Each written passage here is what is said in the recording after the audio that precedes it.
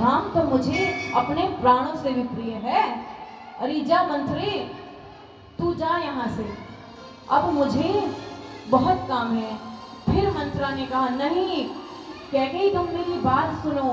जब नहीं सुनी तो माता कैकेयी ने एक चांटा मारा खींच के, मंत्रा के एक जोर से चांटा मारा। जब चांटा मारा तो देखिए, जैसे ही माता कैकेयी ने इसका स्पर्श किया, क्योंकि इसकी बुद्धि पे माँ शारदा बैठी हैं, बुद्धि बिगाड़ दी है। देखो, कुसंग का अगर हम संग करेंगे तो बुद्धि हमारी भी बिगड़ेगी ही बिगड़ेगी। और भैया, यह तो कर्मों का खेल है ना। भगवान को तो नारद जी ने, पहले आपने सुना था ना परसों वाली कथा में, कि भगवान को नारद जी ने श्राप दिया था, तो जो जस करई सो तस फल चाखा। प्रेम से कहिए जय श्री राम।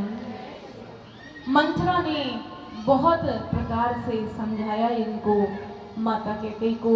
माता कैकेयी ने चांटा मारा है, उस स्पर्श करने के मार्ग से माता की बुद्धि पर भी सरस्वती माता वास करने आ गई हैं। आज कैकेयी जी की भी मानव बुद्धि बिगाड़ दी है। जब बहुत प्रकार से समझाया, तब माता कहती है, अच्छा ठीक है, मुझे समझ में आ गया। अरे सखी, तू तो ठीक कह रही है, मेरी बुद्धि में पत्थर पड़े थे। अब देखो, जाको प्रभु दारुण दुख देनी, जाको प्रभु दारुण दुख दे। प्रभु जिसको बहुत दुख देते हैं उसकी मति पहले ही हर लेते हैं भैया, इसीलिए सत्संग करना चाहिए। तो जाको प्रभु दारुण दुख देनी,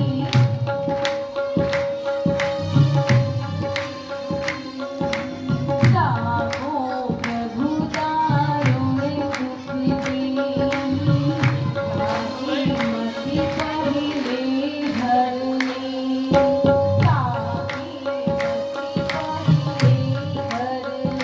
सीता राम राम राम मेरे, राम राम राम सीता राम, सीता राम, सीता राम जय जय सीताराम जय जय सीताराम, सीताराम जय जय सीताराम,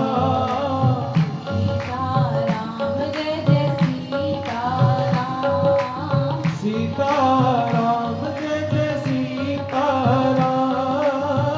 सीताराम मेरे सीताराम, सीताराम जय जय सीताराम, राजा राम मेरे राजा राम, राजा राम मेरे राजा राम, राजा राम मेरे राजा राम, राजा राम मेरे राजा राम, सीताराम मेरो सीताराम, सीताराम मेरे सीताराम, राजा राम मेरे राजा राम, राजा राम मेरे राजा राम, सीताराम मेरे सीताराम, सीताराम मेरे सीताराम, सीताराम मेरे सीताराम। बोलिए राघवेंद्र सरकार की। आज खाना नहीं खा गए हैं? अच्छा अच्छा, ओहो अब समझिए, आज व्रत है। अच्छा, अरे तो व्रत है, फिर तो आज और भी जोश होना चाहिए। क्यों? क्योंकि भगवान शिव का सबके ऊपर आशीर्वाद है। जब हम कोई जप तप करते हैं, उपवास करते हैं, तो जिस देवता के लिए करते हैं ना, वो देवता हमें शक्ति देते हैं। आपने सुना होगा, निर्जला एकादशी आती है साल में एक बार, जिसको कहते हैं भीमसेन एकादशी, है ना? रखता है कोई? अच्छा, अरे बाप रे, मैया रखती है, देखो। प्रेम से कहिए जय श्री राम। तो उस एकादशी में जल भी नहीं पीते, तो क्या हमारे मुख से शब्द नहीं निकलते? निकलते हैं। क्यों? क्योंकि हम जितना भजन करते हैं, इस तन को जितना कसते हैं, उतना भगवान प्राप्त होते हैं, भगवान की भक्ति प्राप्त होती है। प्रेम से कहिए जय श्री राम।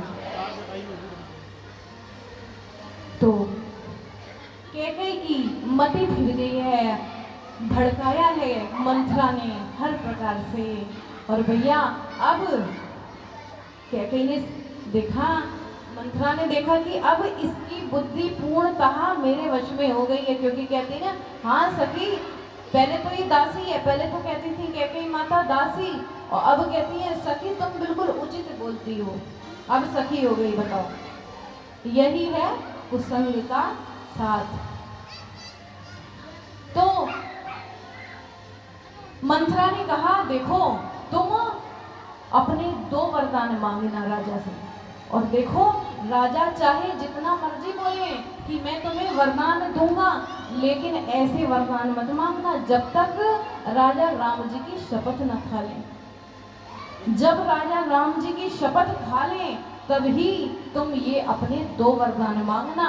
पहले वरदान में भरत का राज्याभिषेक, और दूसरे में राम का 14 वर्ष का वनवास। गई है गोप भवन में आज कैकेयी जी। देखो, पहले जो है ना, गुस्सा जब करती थी रानियां या राजा, तो उसके लिए एक भवन बनवाते थे, उसका नाम था कोप भवन। केवल जब रानी कोप भवन में जाती थी, राजा समझ जाते थे भाई आज तो प्रलय आने वाली है, आज रानी कोप भवन में है। लेकिन हम लोगों ने क्या कर रखा है? हम लोगों ने पूरे घर को ही कोप भवन बना रखा है। प्रेम से कहिए जय श्री राम। जब हमने पूरे घर को कोप भवन बना रखा है, तो भगवान कहाँ से वास करेंगे? एक कक्ष ऐसा होना चाहिए जहां पर केवल हम अपना गुस्सा, अपने मन की बात कह सकें। कोप भवन का अर्थ है कि अपने मन की बात कह सकें। तो रानी आज काले वस्त्र धारण करके, बाल खोल करके, आजकल तो फैशन हो गया है बाल खोलने का, और काले वस्त्र पहन के तो माताएं सोचती हैं हम पता नहीं कहाँ की हसीना लग रहे हैं। प्रेम से कहिए जय श्री राम। जो डायन होते हैं ना, डायन डाकनी, उनकी पोशाक है काले वस्त्र और बाल खुले। आपने अच्छा देखा होगा पिक्चरों में, जो चुड़ैल दिखाते हैं, भूतनी दिखाते हैं, उसके पूरे बाल खोल देते हैं, है ना, सफेद साड़ी पहना देते हैं। तो भैया ऐसा कभी ना करना, अपने सुहागिन स्त्रियों को कभी बाल नहीं खोलने चाहिए। बाल खोलने, अगर स्त्री ने बाल खोले हैं तो समझ लो कुछ ना कुछ अमंगल होना ही होना निश्चित है। अरे जब कैकेयी माता ने बाल खोले हैं तब भगवान को वनवास जाना पड़ गया। जब द्रौपदी जी ने बाल खोले हैं तो पूरी महाभारत रच गई है इसी कुरुक्षेत्र की भूमि पर। प्रेम से कहिए जय श्री राम।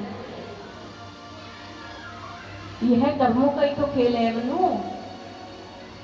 राजा दशरथ ने श्रवण कुमार को तीर मारा था, शब्द भेदी बाण से तीर मारा था। उन श्रवण कुमार के माता पिता ने श्राप दिया था राजा दशरथ को कि हे राजन, जिस प्रकार से हमारी मृत्यु हमारे बेटे के विरह में हो रही है ना, तुमने हमारा एक ही बेटा था और तुमने उसको मार दिया, अब हम अंधे माता पिता कहाँ जाएंगे? तो जाओ, हम तुम्हें श्राप देते हैं कि तुम भी अपने पुत्रों के वियोग में ही प्राण त्यागोगे। उस समय तो राजा दशरथ को मानो बड़ा सुकून मिला था, क्योंकि उस समय तक उनकी कोई संतान नहीं थी, निसंतान थे। इसलिए बड़े प्रसन्न हुए कि लगता है हमारे संतान तो अवश्य होगी। जो संतान होगी उस समय तो अच्छा लगा, लेकिन अब राजा दशरथ को रोना पड़ेगा। माता कैकेयी गई हैं कोप भवन में और सूचित कर दिया है महाराज को कि जाइए, माता कैकेयी ने बुलाया है आपको कोप भवन में। जो राजा ने सुना कोप भवन में, आज ऐसा क्या कारण आ गया जो, अरे आज तो आनंद का अवसर है, उत्साह का अवसर है। आज कैकेयी को क्या हुआ जो वो कोप भवन में जाकर बैठी है? राजा गए हैं कोप भवन में, बड़े डरते डरते पैर रख रहे हैं राजा कोप भवन में कि पता नहीं क्या बात हो गई है, किस बात पे रानी आज रूठ गई है। राजा आए हैं और जो रानी को देखा, रानी की दशा देखी, काली साड़ी पहनी है, बाल खुले, सारे अपने आभूषण उतार के जमीन पर फेंक दिए हैं। राजा ने कहा, अरे सुमुखी सुनैनी, क्या बात है, तुमने ऐसे कोप क्यों किया हुआ है और ये श्रृंगार क्यों फेंक दिया? रानी हंसकर बोली, अरे राजन, हमेशा कहते हो कि अपने 2 वरदान मांग लो, अपने 2 वरदान मांग लो और देते कभी हो नहीं। राजा बोलते हैं, अरे रानी क्या बात करती हो?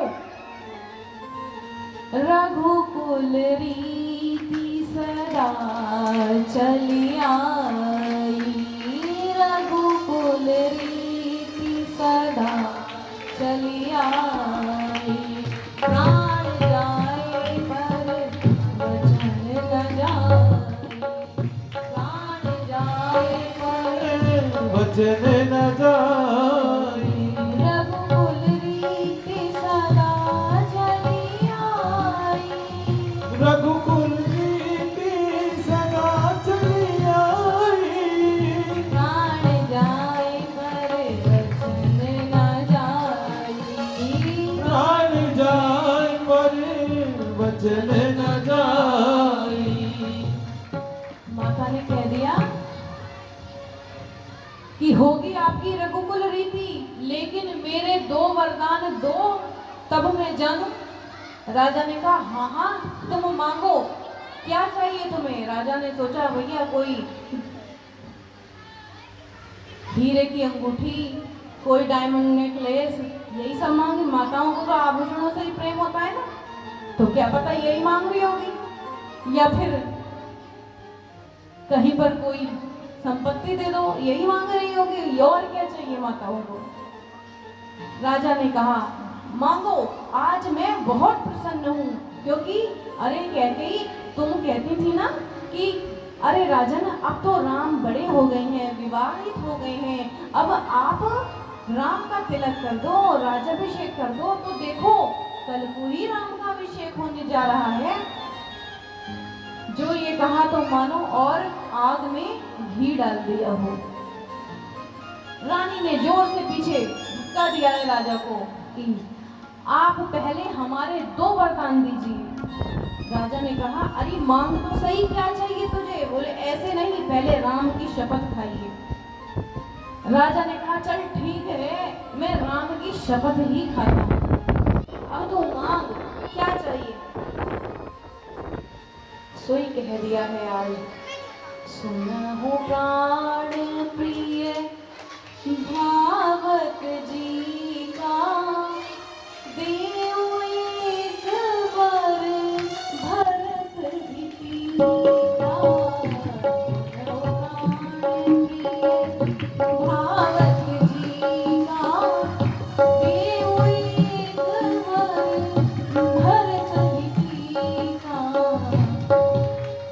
हे प्राण प्रिय, सुनहु प्राण प्रिय। अब देखो, अभी तक तो नाराज हो रही थी, लेकिन अब जब मांग रही है ना, पता चल गया अब राम की शपथ भी खाली है और अब राजा देंगे, निश्चित ही देंगे। तब अब प्यार से बोल रही हैं कि सुनहु प्राण प्रिय भावत जी का, मेरे जो मन में भाव आ रहा है तो आप मेरे हृदय की बात सुनिए। देऊ एक वर भरत ही टीका। राजा ने देखा, राजा सोचने लगे कि कोई बात नहीं, राम और भरत तो मेरी दो आंखें हैं, मैंने दे दिया। जा, यदि तू ये चाहती है कि भरत का